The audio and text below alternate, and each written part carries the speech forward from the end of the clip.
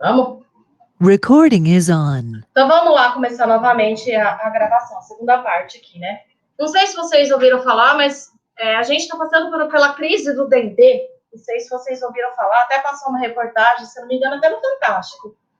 Do Dendê, que é uma planta muito utilizada, a gente utiliza o azeite de Dendê muito, principalmente na culinária nordestina, ele é um símbolo da culinária, principalmente baiana, né? Que utiliza o Dendê nas preparações do acarajé, de uma série de outros pratos culinários, e a gente viu uma queda no mercado da produção do Dendê. E aí a gente está passando por o que a gente chama de hiato na produção. Então a gente tem a mesma quantidade de palmeiras que estão produzindo cada vez menos. E eles começaram a investigar o porquê disso. Muitos acreditam que é somente uma entre-safra do produto, mas outros estão vendo declínio populacional na produção desse azeite. E isso daí está sendo alvo de pesquisas, de uma série de pesquisadores, e isso é muito interessante. Eu vou achar a reportagem e eu vou colocar para vocês lá no AVA, sobre a crise do Dendê. Então, a gente tem plantas muito importantes e outras que são símbolos de determinados estados, como, por exemplo, o Dendê para o estado da Bahia. Então, vamos continuar ali aqui na aula, né? Professora. Oi.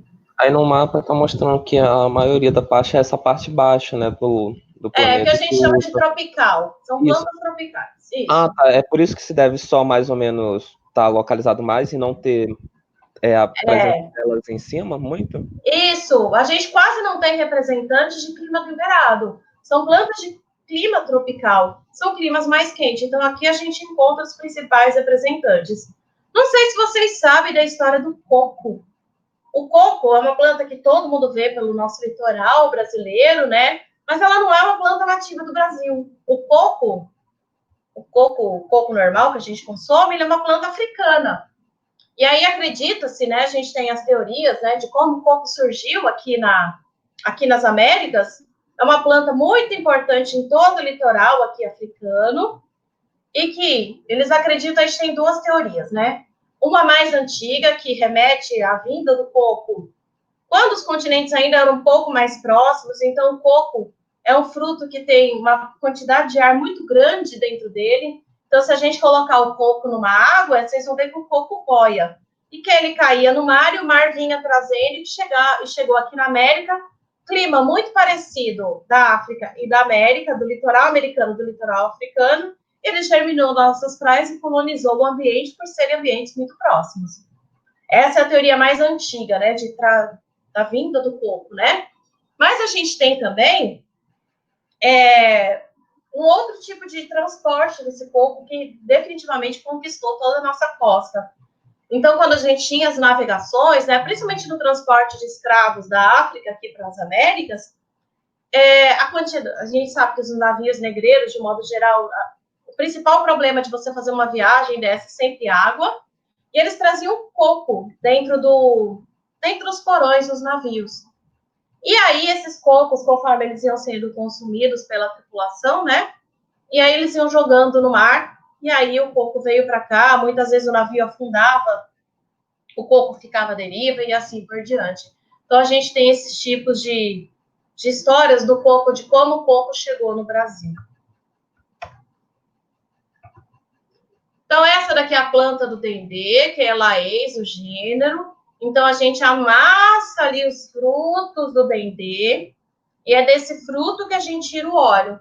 A pupunha, que é uma árvore muito completa, então da pupunha se aproveita os frutos, se aproveita esse meristema apical para extração de palmito e assim por diante. Então, geralmente, quem trabalha com produção, você tira o palmito das plantas jovens, e se a planta ficou velha, você tira o fruto da pupunha.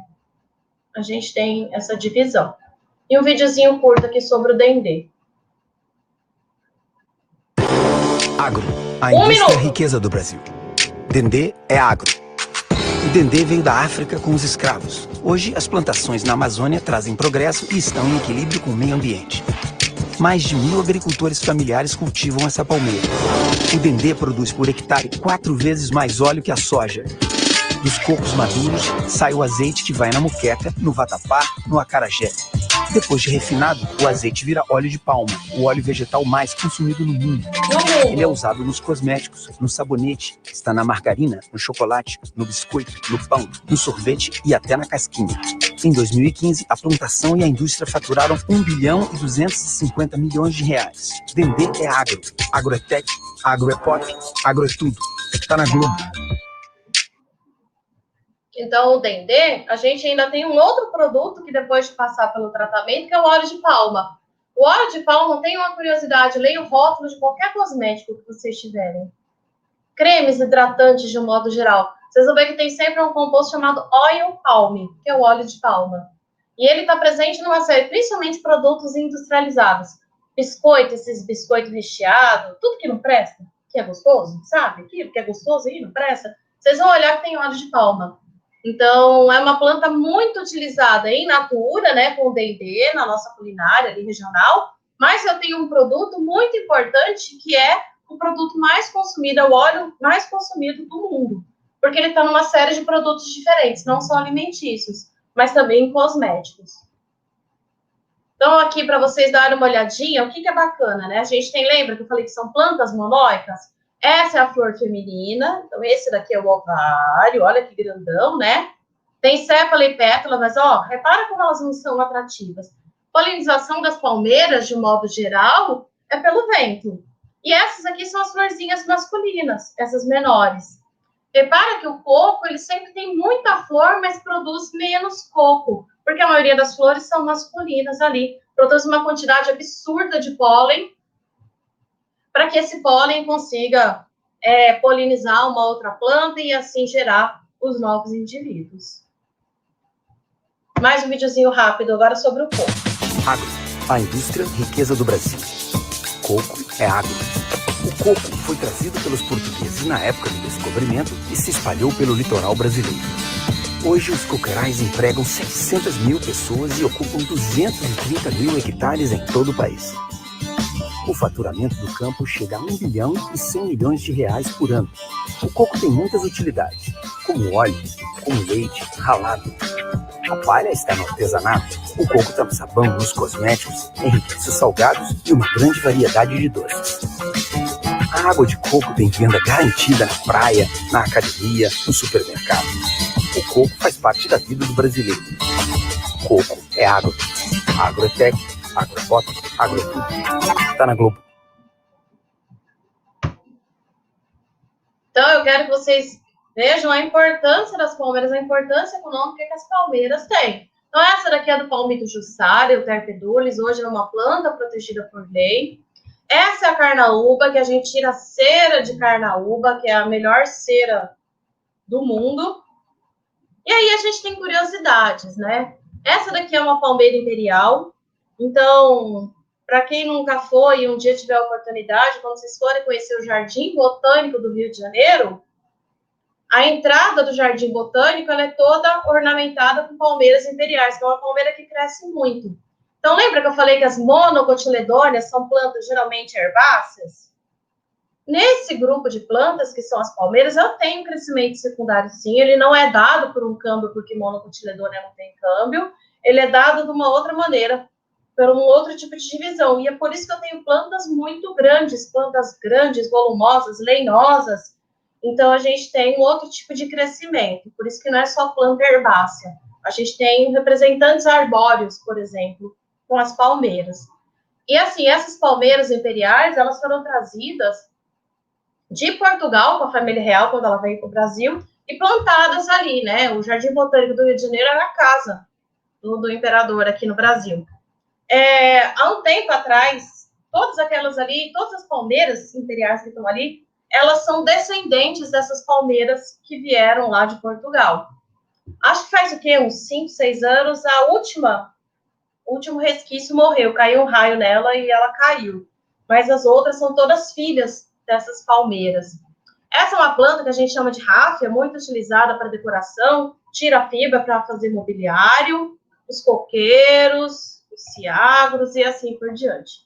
Eu gosto muito dessa figura porque ela resume as características da família numa figura só. Então, mostra o estipe, então olha lá nó entre nó, as folhas recortadas, um ápice da planta, A inflorescência sempre vindo acompanhada de uma bráctea, aqui, olha lá, um monte de florzinha aqui acompanhada da bráctea, e o fruto, que é uma drupa. Então, lembra, quando eu quero saber a sinapomorfia de uma família, a gente lembra do exemplo e vê quais são as características ali daquela planta que a gente lembra do exemplo ali dos coqueiros. Um outro tipo de palmeira, a gente tem muita palmeira caule, que o caule fica subterrâneo, a gente acaba encontrando só as folhas do lado de fora, e por aí vai. E a aula de hoje, eu vou parar por aqui. Então, é o finalzinho, né, a parte da ordem Poales para frente, eu vou falar na nossa próxima aula, que eu vou deixar gravada sexta-feira lá no AVA. Então, eu vou deixar essa parte aqui da ordem Poales gravada. Deixa eu interromper o compartilhamento. E aí, eu vou deixar o finalzinho dessa aula gravada sexta-feira. Lembrando que eu vou deixar uma tarefa no AVA para vocês fazerem. Acho que hoje mesmo, até o final da tarde, eu libero elas para vocês para entregar na outra semana. Lembrando que semana que vem a gente tem prova.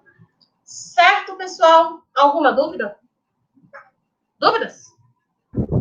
Não, senhor. Não? Então tá bom, gente. Deixa eu interromper a nossa gravação, parar a gravação.